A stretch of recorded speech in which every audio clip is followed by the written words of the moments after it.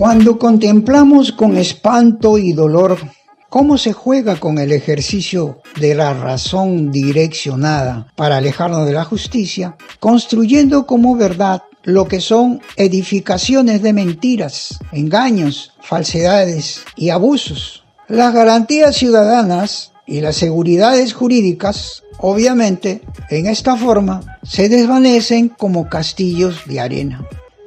Los principios y los valores, en sentido de justicia, son desplazados por el uso aplicativo de la conveniencia personal, conveniencia institucional y también por los acomodos políticos. De esta manera, lo que se aleja en efecto real es la verdad de las cosas. Este declive de valores se genera desde las aulas de la formación humana y jurídica. Sobre todo, no se enseña esa justicia de valores, cualidades, virtudes y sentido de imparcialidad, rectitud y derecho. La verdad no existe, sino las enseñanzas maquiavélicas como motor, donde el fin justifica los medios. Nos corresponde a nosotros, como ciudadanos de bien, tratar de cambiar estas estructuras políticas injustas, donde para el ciudadano común resulta casi inalcanzable porque esta injusticia es general en todo el sistema democrático. Hoy, por las circunstancias que estamos viviendo, en el programa Acción 2024 trataremos el tema de la justicia y la corrupción con una expectativa de esperanza y de victoria.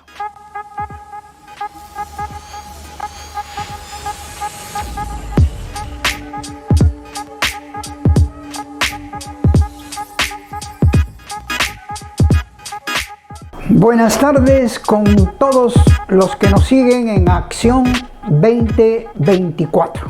Ya hemos visto, escuchado las notas previas sobre el tema que vamos a hablar ahora, que es justicia y corrupción. Y lo primero que tenemos que establecer es hacernos una pregunta. ¿Por qué existe crisis en el sistema de justicia? ¿Qué es lo que ha sucedido para que exista este caos, esta crisis y génesis de injusticia que hoy nos explota en el rostro? Podemos tratar el tema desde una línea poliédrica, o sea, desde varias aristas. Pero sin embargo vamos a tocar dos aspectos básicos, partiendo previamente de la premisa cierta de que existe más bien un sistema de injusticia democrática, es decir, es un todo.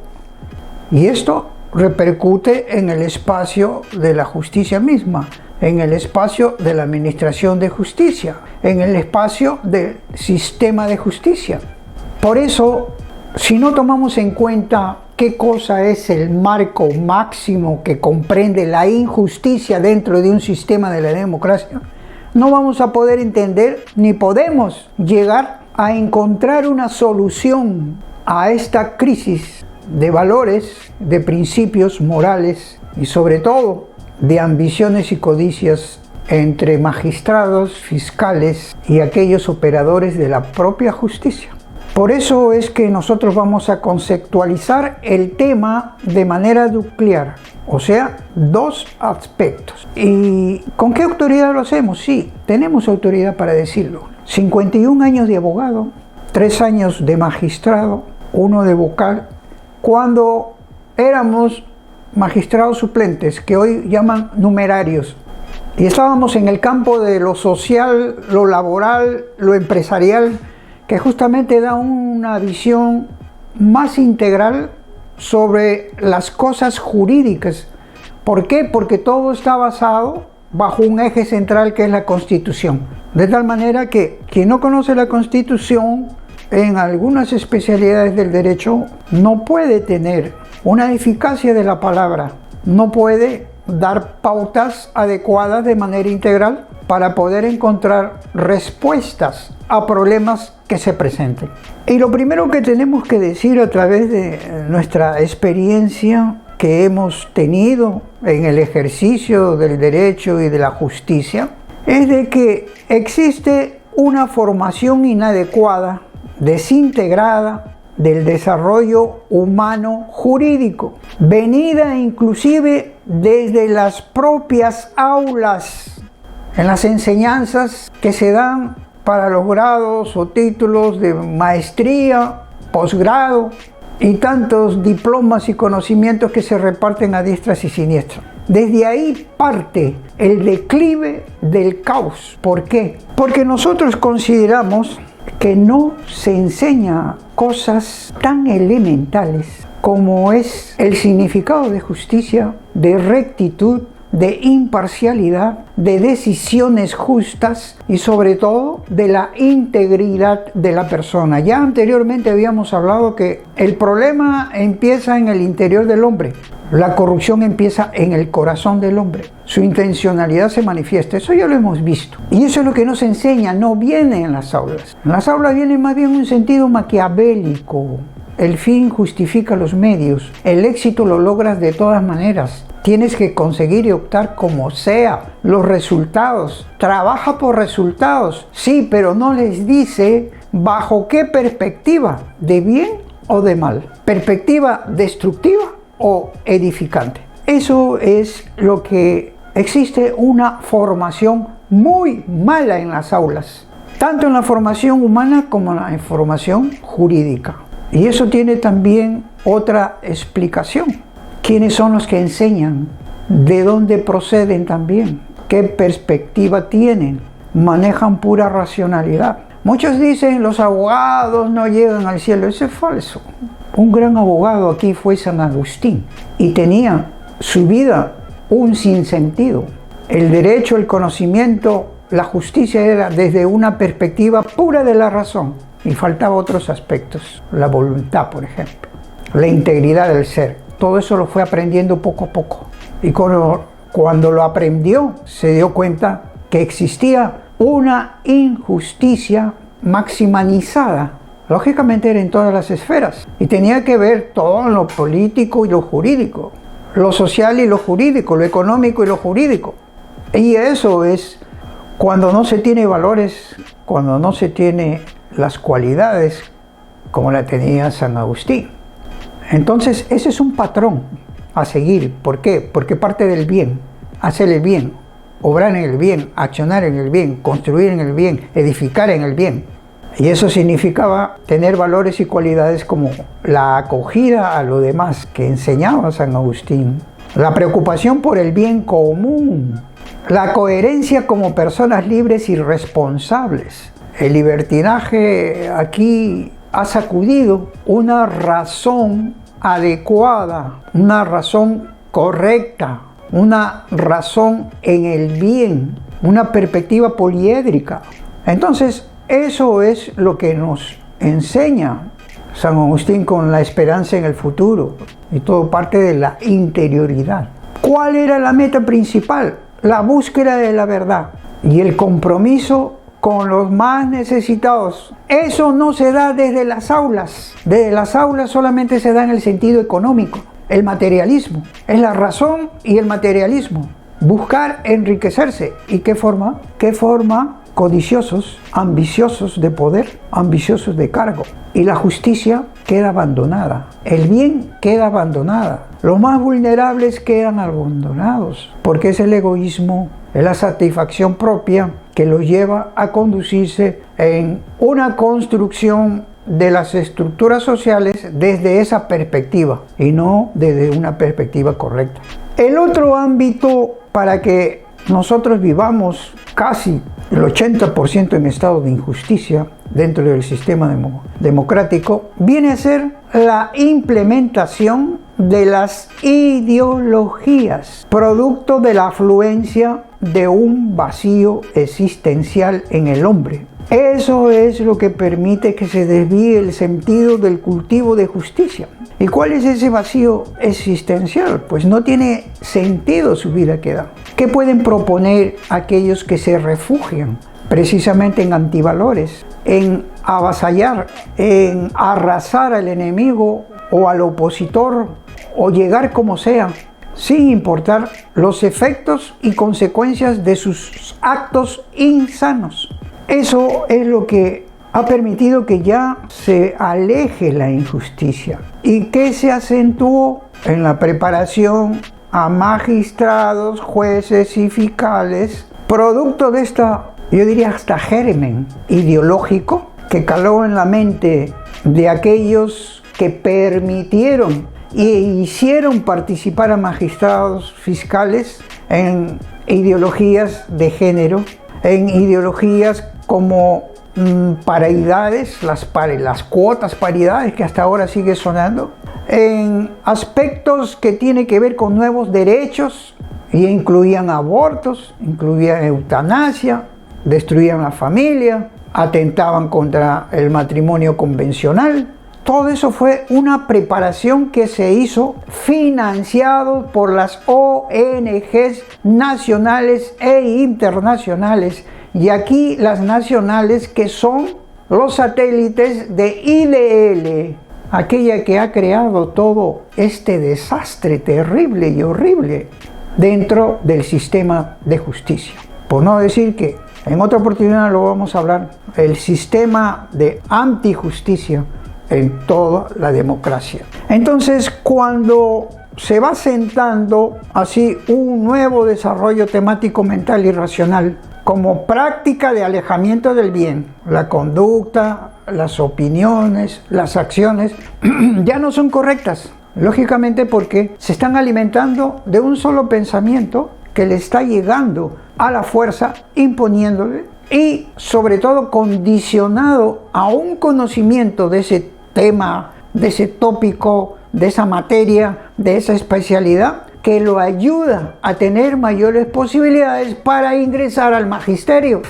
Y eso tendrán que responder aquellos que fueron presidentes del Poder Judicial, que estuvieron en la Fiscalía de la Nación y permitieron todo ese avance de la implementación ideológica. Entonces, ¿qué hace? Pues se distrae el perfeccionamiento, el cultivo de los valores y principios fundamentales para poder ser un magistrado ético, moral y decidido, a que por sus convicciones es que decide las resoluciones, los fallos. Todo esto es lo que sucede lamentablemente y es la causante. En mi experiencia yo tuve, para entrar un poco a los ejemplos prácticos de lo que es la corrupción y la injusticia, y esto es lo que pasa con los numerarios hoy día, esos magistrados numerarios, y con aquellos provisionales que son encargados momentáneamente a asumir un cargo o una función para poder cubrir cuotas necesarias y poder juzgar y hacer su trabajo como corresponde. Y decía, en cierta oportunidad hay presiones, existen presiones externas e internas. Las presiones vienen de los superiores y con los numerarios a veces sucede que cuando no tienen un magistrado, una integridad, una personalidad, para no dejarse inmiscuir con ideas o con lo que se llama favorecimientos, porque lo que más abunda siempre en la justicia son tráficos de influencias. Eso es lo que más abunda. Y eso es lo que genera muchas veces un favorecimiento a los poderosos económicamente y un atentado, un perjuicio para aquellos que son más vulnerables, como es el ciudadano común que no tiene padrinos, que no tiene vara, en la cual no puede ni siquiera reclamar el movimiento, la demora de sus procesos por la carga procesal existente. Pero para un poderoso no existe carga procesal. Bien rápido se les atiende. Entonces, cuando todo eso distrae, cuando una persona ya no tiene esos valores, esos principios, se sujeta a las disposiciones de los superiores. Y ellos llaman, porque hay un sistema paralelo de justicia, de mando inferior. En mi época existían 4 secretarios para cada uno. Y uno de ellos ya está conectado con un superior para un manejo. Ya está conociendo en qué momento va a entrar de turno para que sea elevado los casos, los expedientes, las carpetas. Todo eso es parte de la corrupción. Eso, cuando se aleja de la verdad, de la decencia, de la honestidad, de la sinceridad, de la rectitud, de la justicia y del derecho, eso es corrupción también, porque no solamente la corrupción es de cuestiones de sobornos, coimas o favores por beneficios económicos, también son esas actitudes. Esos aspectos para nosotros es muy lamentable que siga existiendo, mucho más se han acentuado en estos momentos. Entonces no nos llama la atención sobre esta crisis que existe. Ahora, cuando la justicia se va alejando de su propia virtud, de su propio hábito de bien, que como decía San Agustín, la verdad la tenemos grabada, el bien, todo está grabado en el corazón, pero es el hombre que se retrotrae más bien a la aplicación de la corriente del mundo de injusticia, del sistema operativo de justicia, lo vemos ahora con todas las instituciones, como está pasando, la JNJ, el Poder Judicial, el Ministerio Público, Jurado Nacional de Elecciones. Todas esas instituciones justamente han llegado a perder lo que es el camino correcto. Para seguir hablando de lo que es la antípoda, nosotros vamos a seguir estableciendo cómo es tan fácil para un juez inclinarse para un lado o para el otro. Es muy sencillo, ahí es donde viene la presión. Ahí es donde se juega con la razón, se direcciona la razón para opinar de acuerdo al enlace, al favoritismo que hay que hacer, a quien se va a beneficiar, y ahí se genera la inmunidad y la impunidad de esa forma. Eso es lo que pasa ahora y cada vez es mucho mayor. ¿Se puede solucionar todo esto? Claro, lo primero que tenemos que aprender es que si toda persona, de acuerdo a la Constitución, artículo 139, inciso 20, tiene la facultad de criticar fallos y sentencias de los magistrados, con mayor razón, ¿por qué se va a limitar esa función para un congresista?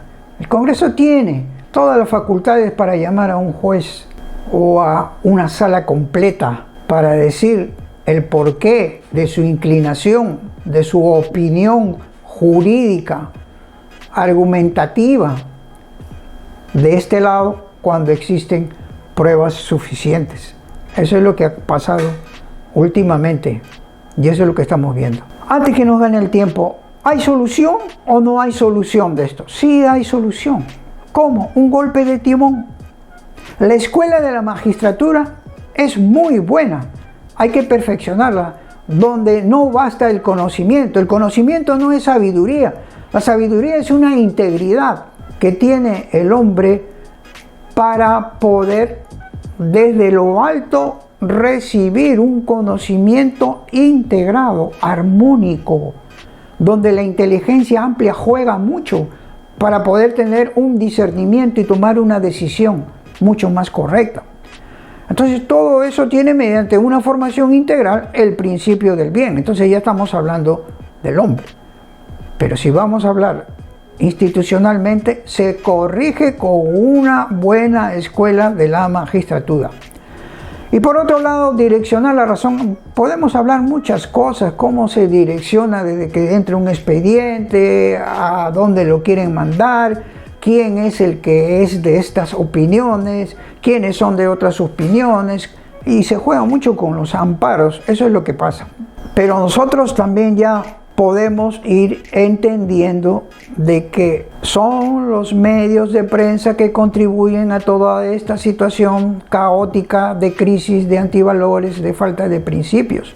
Y para eso están dando las rupturas éticas, jurídicas, morales, marketeando más bien vicios en la información. ¿Qué es lo que hoy se construye? Un sistema organizado de la mentira. Podemos hablar mucho más y poco a poco vamos a tratar esto cuando veamos sobre la democracia.